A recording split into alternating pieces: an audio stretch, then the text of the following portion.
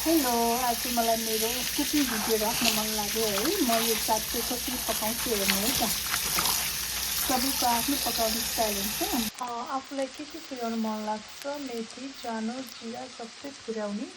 प्याज यतिको बनाउनुपर्छ, टमाटर राख्ने। त्यसपछि आफ्नो स्वाद अनुसार नुन, बेसार,